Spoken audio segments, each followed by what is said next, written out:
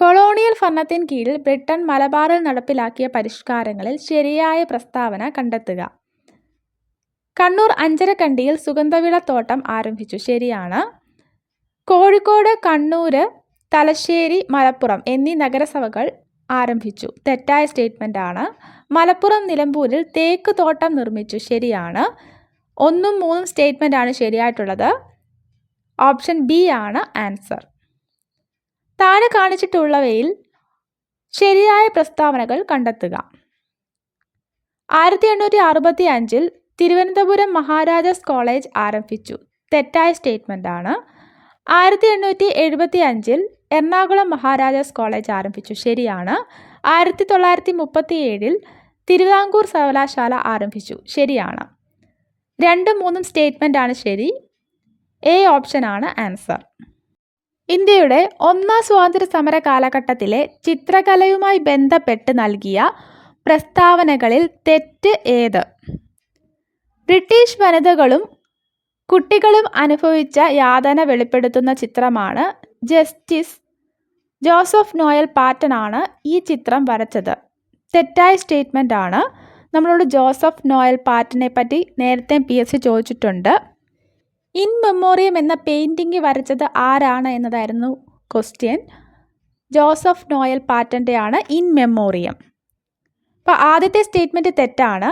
Justice എന്ന ചിത്രം അദ്ദേഹത്തിൻ്റേതല്ല. Governor ജനറലായിരുന്ന canning പ്രഭുവിനെ വിമർശിച്ചുകൊണ്ട് cartoon പുറത്തിറക്കിയ പത്രമാണ് പഞ്ച്. ശരിയാണ്.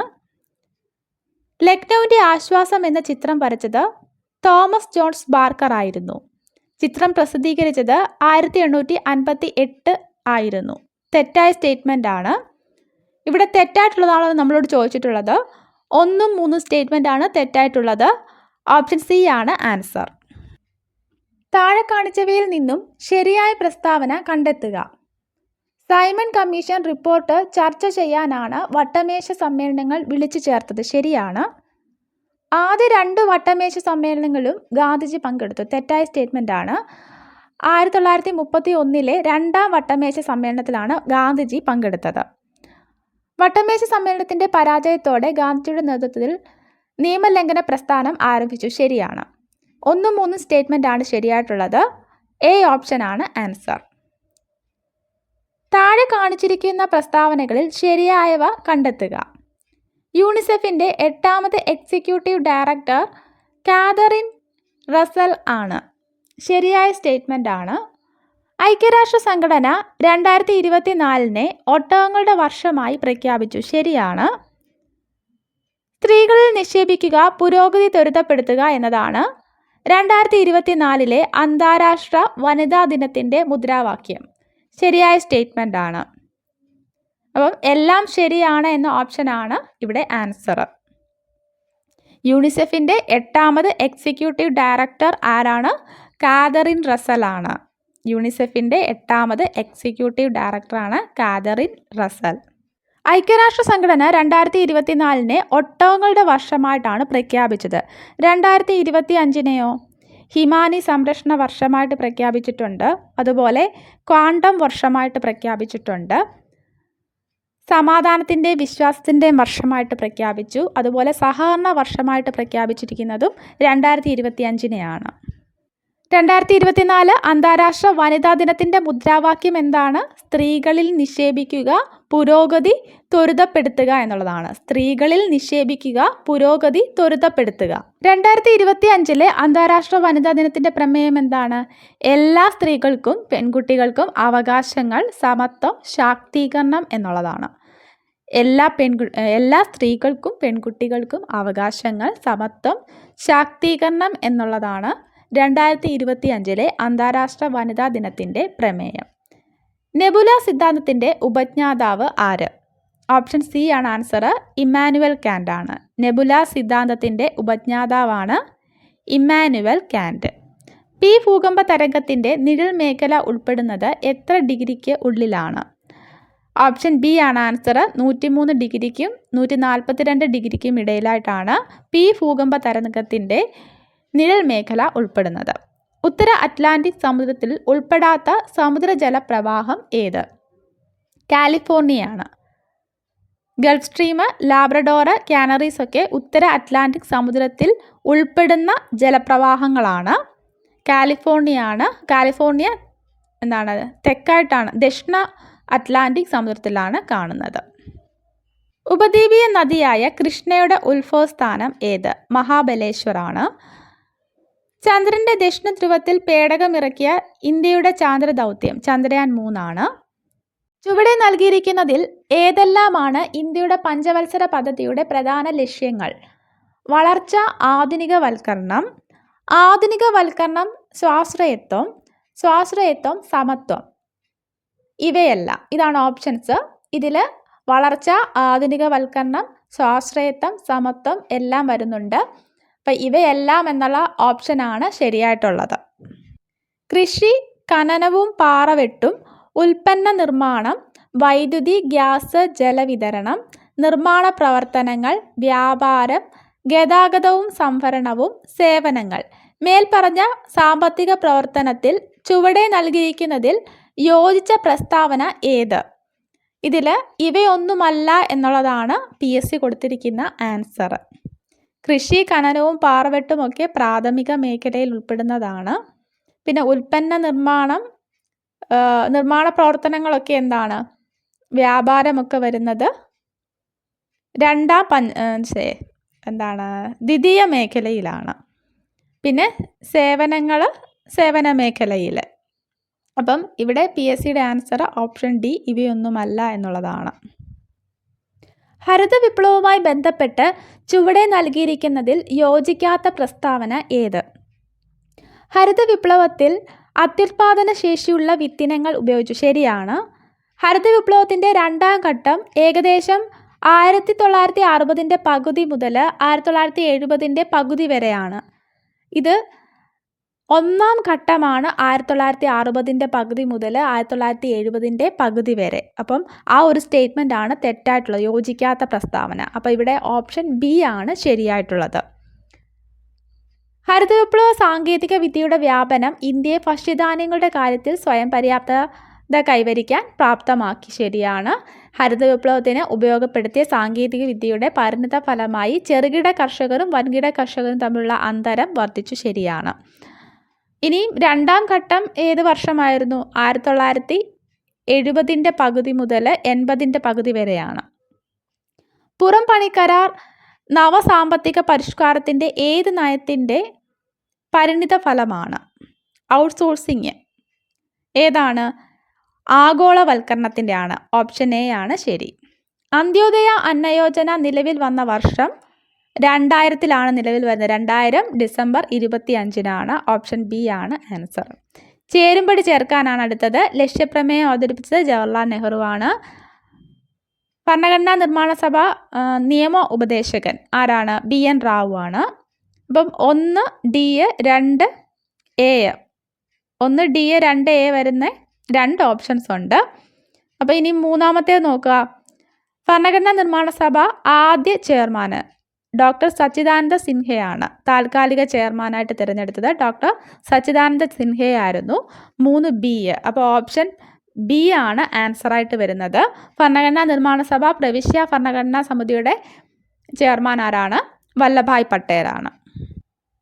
ഇന്ത്യൻ ഭരണഘടനയിലെ നിർദ്ദേശക തത്വങ്ങളുടെ വകുപ്പുകൾ ശരിയായി ക്രമീകരിക്കുക. കുടിൽ വ്യവസായങ്ങളെ പ്രോത്സാഹിപ്പിക്കുക. ഏത് വകുപ്പാണ്? വകുപ്പ് 43 ആണ്. ഏകീകൃത സിവിൽ കോഡ് നടപ്പിലാക്കുക. വകുപ്പ് 44 ആണ്. ഗോവധം നിരോധിക്കുക. വകുപ്പ് 48. അന്താരാഷ്ട്ര സമാധാനവും സുരക്ഷയും വകുപ്പ് 51. 1 B 2 C 3 D 4 A. B ഓപ്ഷനാണ് ആൻസർ.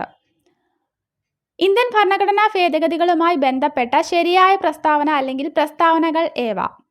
വകുപ്പ് 378 ഭേദഗതികളെക്കുറിച്ച് പ്രതിപാദിക്കുന്നു. തെറ്റാണ്. 378 അല്ല, 368 ആണ് ഭേദഗതികളെ പറ്റി പ്രതിപാദിക്കുന്ന വകുപ്പ്.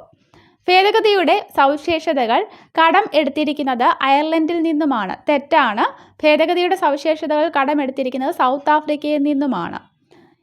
ഇതുവരെ ഭരണഘടന 103 പ്രാവശ്യം ഭേദഗതി ചെയ്തു. അതിലും കൂടുതൽ തവണ ഭേദഗതി ചെയ്തിട്ടുണ്ട്. 106 വരെ നമ്മൾ പഠിച്ചിട്ടുണ്ട്.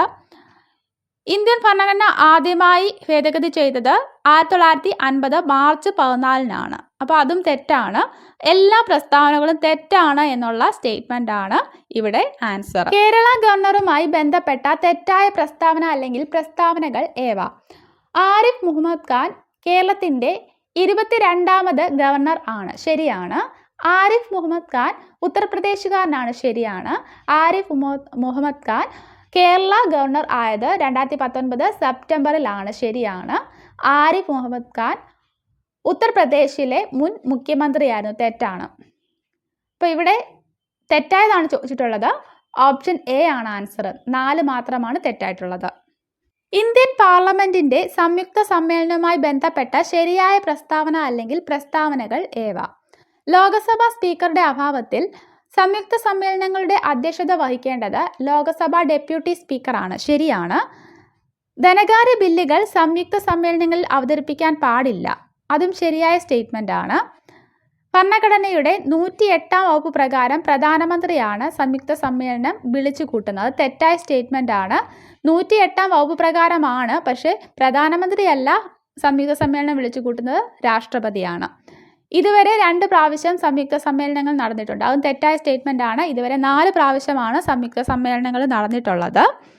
1961, 1977, 2002, 2023 4 പ്രാവശ്യമായിട്ടാണ് സംയുക്ത സമ്മേളനങ്ങൾ നടന്നിട്ടുള്ളത്. 1961 ആദ്യമായിട്ട് നടക്കുന്നതെന്ന് പറഞ്ഞല്ലോ. അതെന്തിനായിരുന്നു? സ്ത്രീധന നിരോധന നിയമവുമായിട്ട് ബന്ധപ്പെട്ടായിരുന്നു. പിന്നെ 77 ബാങ്കിങ് സേവന നിയമവുമായിട്ട് ബന്ധപ്പെട്ടാണ്. 2002 ഭീകരവാദ വിരുദ്ധ നിയമവുമായിട്ട് ബന്ധപ്പെട്ടാണ്. 2023 എന്തിനായിരുന്നു? മണി ഓർഡർ ബില്ലുമായിട്ട് ബന്ധപ്പെട്ടാണ് സംയുക്ത സമ്മേളനം വിളിച്ചു ചേർത്തത്. അപ്പോൾ അവിടെ 1ഉം 2 സ്റ്റേറ്റ്മെന്റ് മാത്രമാണ് ശരിയായിട്ടുള്ളത്. ഇനി 21ാമത്തെ ക്വസ്റ്റ്യന്, ഇന്ത്യൻ ഭരണഘടനയിലെ കൺകറന്റ് ലിസ്റ്റിൽപ്പെട്ട വിഷയങ്ങൾ ഏവ? വിവാഹവും വിവാഹമോചനവും കൺകറന്റ് ലിസ്റ്റിൽ പെട്ടതാണ്. ട്രസ്റ്റും ട്രസ്റ്റികളും കൺകറന്റ് ലിസ്റ്റിലുള്ളതാണ്. പൊതുജന ആരോഗ്യം അത് സ്റ്റേറ്റ് ലിസ്റ്റിൽപ്പെട്ടതാണ്. കാടുകൾ, വനം ഏതാണ്? വനം ഏത് ലിസ്റ്റാണ്? വനം, വിദ്യാഭ്യാസം ഒക്കെ കൺകറന്റ് ലിസ്റ്റിലല്ലേ? പിന്നെ കുടുംബാസൂത്രണവും കൺകറന്റ് ലിസ്റ്റിലാണ്. അപ്പം എയും ബിയും ഡിയും ഇയുമാണ് ഇവിടെ കൺകറന്റ് ലിസ്റ്റിൽപ്പെട്ട വിഷയങ്ങൾ. ഓപ്ഷൻ സി ആണ് ആൻസർ. ഇന്ത്യയിലെ ധനകാര്യ കമ്മീഷനുമായി ബന്ധപ്പെട്ട തെറ്റായ പ്രസ്താവന അല്ലെങ്കിൽ പ്രസ്താവനകൾ. 15ാം ധനകാര്യ കമ്മീഷന്റെ ചെയർമാൻ ശ്രീ NK സിംഗ് ആണ്. ശരിയാണ്. ധനകാര്യ കമ്മീഷന്റെ ആദ്യ ചെയർമാൻ ശ്രീ KC നിയോഗി ആയിരുന്നു. അതും ശരിയായ സ്റ്റേറ്റ്മെന്റ് ആണ്. ഭരണഘടനയുടെ 280ാം വകുപ്പ് ധനകാര്യ കമ്മീഷനുമായിട്ട് ബന്ധപ്പെട്ടിരിക്കുന്നു. അതും ശരിയായ സ്റ്റേറ്റ്മെന്റ് ആണ്. ധനകാര്യ കമ്മീഷൻ നിലവിൽ വന്നത് 1950 അത് തെറ്റായ സ്റ്റേറ്റ്മെന്റ് ആണ്. 51 നിലവിൽ വരുന്നത്. അപ്പം 4 മാത്രമാണ് ഇവിടെ തെറ്റായിട്ടുള്ളത്. ബാക്കിയെല്ലാം ശരിയാണ്. അപ്പം ഓപ്ഷൻ ബി ആണ് ആൻസർ. കേരള പബ്ലിക് സർവീസ് കമ്മീഷന്റെ അധ്യക്ഷൻ ആയിട്ടില്ലാത്ത വ്യക്തി ആര്? ഇവിടെ കേരള PSC പബ്ലിക് സർവീസ് കമ്മീഷന്റെ കേരള PSCയുടെ അധ്യക്ഷനായിട്ടില്ലാത്ത വ്യക്തി PT ചാക്കോയാണ്. പക്ഷേ ഉത്തരം PSC കൊടുത്തിട്ടുള്ളത് M ഗംഗാധരക്കുറുപ്പിനെയാണ്. പക്ഷേ അദ്ദേഹം എന്താണ്? കേരള PSC അധ്യക്ഷനായിട്ടുള്ള വ്യക്തിയാണ്. അപ്പം അത് തെറ്റായിട്ടാണ് PSC ഫൈനൽ ആൻസർ കീയിൽ കൊടുത്തിട്ടുള്ളത്. എ എന്നുള്ള ആൻസറാണ് കൊടുത്തിട്ടുള്ളത്. എ എന്ന് പറയുന്നത് D അല്ലേ? M ഗംഗാധരക്കുറുപ്പല്ലേ വരിക? അപ്പോൾ അത് ഞാൻ കുറേ പ്രാവശ്യം നോക്കി എനിക്ക് തെറ്റിയതാണോ എന്ന്. പക്ഷേ അവർ ആൻസർ കൊടുത്തിട്ടുള്ളത് M ഗംഗാധരക്കുറുപ്പാണ്. PT ചാക്കോ ആരായിരുന്നു? PT ചാക്കോ നമ്മൾ പഠിച്ചിട്ടുണ്ട്. ഐക്യ കേരളത്തിൻ്റെ ആദ്യ പ്രതിപക്ഷ നേതാവ് PT ചാക്കോ ആണ്. അതുപോലെ അദ്ദേഹം ആഭ്യന്തരമന്ത്രിയായിട്ടൊക്കെ ഇരുന്നിട്ടുണ്ട്. കേരള ഹൈക്കോടതിയുമായി ബന്ധപ്പെട്ട തെറ്റായ പ്രസ്താവന അല്ലെങ്കിൽ പ്രസ്താവനകൾ ഏവ? കേരള ഹൈക്കോടതി സ്ഥാപിച്ചത് 1956 നവംബർ 1 ശരിയാണ്. 1973 കേരള ഹൈക്കോടതിയുടെ ആസ്ഥാനം തിരുവനന്തപുരത്ത് നിന്നും കൊച്ചിയിലേക്ക് മാറ്റി. 1973 മാറ്റുന്നത്, 56 തന്നെയാണ്. ഹൈക്കോടതി നേരത്തെ കേരള ഹൈക്കോടതി അറിയപ്പെട്ടിരുന്നത് തിരുവിതാംകൂർ ഹൈക്കോടതി എന്നാണ്. അത് പിന്നീട് 56 കേരള ആയി കഴിഞ്ഞപ്പോൾ അത് ആസ്ഥാനം കൊച്ചിയിലേക്ക് മാറ്റുകയാണ് ചെയ്തത്. ഹൈക്കോടതി ജഡ്ജിമാരുടെ വിരമിക്കൽ പ്രായം 63 വയസ്സോ 6 വർഷമോ ആണ്. തെറ്റാണ്. 62 വയസ്സാണ്. ആദ്യ ചീഫ് ജസ്റ്റിസ് KT കോശിയായിരുന്നു. അത് ശരിയായ സ്റ്റേറ്റ്മെൻ്റ് ആണ്. അപ്പം നമ്മളോട് ചോദിച്ചത് തെറ്റായ സ്റ്റേറ്റ്മെൻ്റ് ആണ്. 2ഉം 3ഉമാണ് തെറ്റായിട്ടുള്ളത്. ഓപ്ഷൻ A ആണ് ആൻസർ. ഡോക്ടർ M കുഞ്ഞാമൻ എന്ന വ്യക്തിയുമായി ബന്ധപ്പെട്ട ശരിയായ പ്രസ്താവന അല്ലെങ്കിൽ പ്രസ്താവനകൾ ഏതൊക്കെ? അദ്ദേഹത്തിൻ്റെ ജീവചരിത്രമാണ് എതിര്. ശരിയാണ്. ഡോക്ടർ M കുഞ്ഞാമൻ്റെ ജീവചരിത്രമാണ് എതിര്. അദ്ദേഹം പാലക്കാട് ജില്ലയിലെ വാടാനാംകുറിശ്ശിയിൽ ജനിച്ചു. അത് ശരിയാണ്. പക്ഷേ 1943 ജനിച്ചു എന്നും കൂടി കൊടുത്തിട്ടുണ്ട്. അപ്പോൾ അത് തെറ്റാണ്. അദ്ദേഹം ജനിക്കുന്നത് 1949 അപ്പോൾ ആ ഒരു സ്റ്റേറ്റ്മെൻറ്റ് തെറ്റാണ്. ഡെവലപ്മെൻറ്റ് ഓഫ് ട്രൈബൽ എക്കണോമി അദ്ദേഹത്തിൻ്റെ കൃതിയാണ്. ശരിയാണ്. ഇനി PSC ചോദിക്കാം, ഡെവലപ്മെൻറ്റ് ഓഫ് ട്രൈബൽ എക്കണോമി ആരുടെയാണ്, ആരെഴുതിയതാണ് എന്ന് ചോദിക്കാം. ആരാണ്? ഡോക്ടർ M കുഞ്ഞാമൻ്റെയാണ്. ഡെവലപ്മെൻറ്റ് ഓഫ് ട്രൈബൽ എക്കണോമി ആരുടെയാണ്? M കുഞ്ഞാമൻ്റേതാണ്. അദ്ദേഹം മരണമടഞ്ഞത് 2023 ഡിസംബർ 3 അത് ശരിയായ സ്റ്റേറ്റ്മെൻ്റ് ആണ്. അപ്പോൾ ഇവിടെ തെറ്റായിട്ടുള്ളത് 2 മാത്രമാണ്. 1ഉം 3ഉം 4ഉമാണ് ശരിയായിട്ടുള്ള സ്റ്റേറ്റ്മെൻറ്റ്. നമ്മളോട് ശരിയാണെന്ന് ചോദിച്ചിട്ടുള്ളത് ഓപ്ഷൻ C ആണ് ആൻസർ. വൈഡൽ ടെസ്റ്റ് ഏത് രോഗത്തിൻ്റെ രോഗനിർണയ മാർഗമാണ്? ഓപ്ഷൻ C ടൈഫോയിഡിൻ്റെ ആണ്. മനുഷ്യരിലെ ഹീമോഗ്ലോബിനെ കുറിച്ചുള്ള തെറ്റായ പ്രസ്താവന ഏത്? അയൺ അടങ്ങിയിരിക്കുന്നു. ശരിയാണ്. ആരോഗ്യമുള്ള മനുഷ്യൻ്റെ 10 മില്ലി രക്തത്തിൽ 12 മുതൽ 16 ഗ്രാം ഹീമോഗ്ലോബിൻ കാണപ്പെടുന്നു. ശരിയാണ്. അതിൽ പ്രോട്ടീൻ ഇല്ല. പ്രോട്ടീൻ ഇല്ലേ ഹീമോഗ്ലോബിനിൽ? ഉണ്ടല്ലോ. അപ്പം അത് തെറ്റായ സ്റ്റേറ്റ്മെൻ്റ് ആണ്. നമ്മളോട് തെറ്റായ പ്രസ്താവനയാണ് ചോദിച്ചിട്ടുള്ളത്. ഓപ്ഷൻ C ആണ് ആൻസർ. ശ്വസനവാതങ്ങളെ രക്തത്തിലൂടെ വഹിക്കുന്നു. അതിൻ്റെ ഫങ്ഷനാണ്. രക്തത്തിലെ ഗ്ലൂക്കോസിൻ്റെ അളവ് കുറയ്ക്കാൻ പാൻക്രിയാസ് ഗ്രന്ഥി ഉൽപ്പാദിപ്പിക്കുന്ന ഹോർമോൺ ഏത്? ഓപ്ഷൻ A ഇൻസുലിൻ ആണ് ആൻസർ. 2024 വൈദ്യശാസ്ത്രത്തിനുള്ള നോബൽ സമ്മാനം വിക്ടർ ആംബ്രോസും ഗാരി റൗക്കനും ലഭിച്ചത് ഏത് കണ്ടുപിടുത്തത്തിനാണ്? ഓപ്ഷൻ D മൈക്രോ RNA കണ്ടുപിടുത്തത്തിനാണ്. താഴെ കൊടുത്തിരിക്കുന്നവയിൽ അടിസ്ഥാന അളവ് ഏതാണ്? ഇതിൽ അടിസ്ഥാന അളവ് സമയമാണ്. സമയത്തിൻ്റെ യൂണിറ്റ് എന്താണ്? സെക്കൻഡ്. ഒരു വസ്തു അതിൻ്റെ തുലനാവസ്ഥയിൽ ആകെബലം 0 ആയിരിക്കും. ഓപ്ഷൻ A ആണ് ആൻസർ. ചന്ദ്രനിൽ ഇറങ്ങുന്ന ആദ്യ സ്വകാര്യ പേടകം ഒഡീസിയസ് ആണ്. ഒഡീസിയസ് ആണ് ചന്ദ്രനിൽ ഇറങ്ങുന്ന ആദ്യ സ്വകാര്യ പേടകം. താഴെ പറയുന്നവയിൽ കാർബണിൻ്റെ രൂപാന്തരമല്ലാത്തത് ഏത്? കാർബൺ ഡയോക്സൈഡ് ആണ്. ഗ്രാഫൈറ്റ്, ഫുള്ളറിൻ, ഡയമണ്ട് ഒക്കെ കാർബണിൻ്റെ രൂപാന്തരങ്ങളാണ്. അക്വാ റീജിയ ഏതൊക്കെ ആസിഡുകളുടെ മിശ്രിതമാണ്? ഹൈഡ്രോക്ലോറിക് ആസിഡിൻ്റെയും നൈട്രിക് ആസിഡിൻ്റെയും മിശ്രിതമാണ്. ഓപ്ഷൻ C ആണ് ആൻസർ. നമ്മളോട് റേഷ്യോ ചോദിക്കാറുണ്ടല്ലോ. 3:1 ആണ്. Hydrochloric acid is to HNO3. Nitric acid നോക്കുവാണെങ്കിൽ 3:1 ആണ്. ഹൈഡ്രോക്ലോറിക് ആസിഡ് ടു HNO3 ആണെങ്കിൽ 3:1 ആണ്. ഒരു ന്യൂട്രൽ ലായനിയുടെ pH മൂല്യം 7 ആണ്. ഓപ്ഷൻ D ആണ് 7 ആണ് ആൻസർ. കർണശബദം ആട്ടക്കഥ രചിച്ചത് ആര്? മാലി V മാധവൻ നായരാണ്. ഓപ്ഷൻ C മാലി എന്നുള്ളതാണ് ശരി. പുഞ്ചിരി ഹാ കുലീനമാം കള്ളം നെഞ്ചു കീറി ഞാൻ നേരിനെ കാട്ടാം. പുഞ്ചിരി ഹാ കുലീനമാം കള്ളം നെഞ്ചു കീറി ഞാൻ നേരിനെ കാട്ടാം. വൈലോപ്പിള്ളിയുടെ ഏത് കൃതിയിലെ വരികളാണ് ഇത് എന്നാണ് ചോദ്യം. Option B കുടിയൊഴിക്കലിലെയാണ്. കുടിയൊഴിക്കൽ എന്നുള്ളതാണ് ശരിയായിട്ടുള്ളത്. 2024 പാരീസ് ഒളിമ്പിക്സിൽ ഇന്ത്യ നേടിയ ആകെ മെഡലുകളുടെ എണ്ണം? Option D 6 മെഡലുകളാണ്. ആർക്കെങ്കിലും സ്വർണം കിട്ടിയിരുന്നോ? ഇല്ല, സ്വർണം കിട്ടിയിരുന്നില്ല. നിലവിൽ ഇന്ത്യയുടെ സുപ്രീം കോടതി ചീഫ് ജസ്റ്റിസ് ആര്? BR ഗവായി ആണ്. ഇദ്ദേഹത്തിൻ്റെ ഫുൾ നെയിമും ചോദിച്ചിരുന്നു. എന്തായിരുന്നു? ഭൂഷൺ രാമകൃഷ്ണ ഗവായി എന്നാണ്.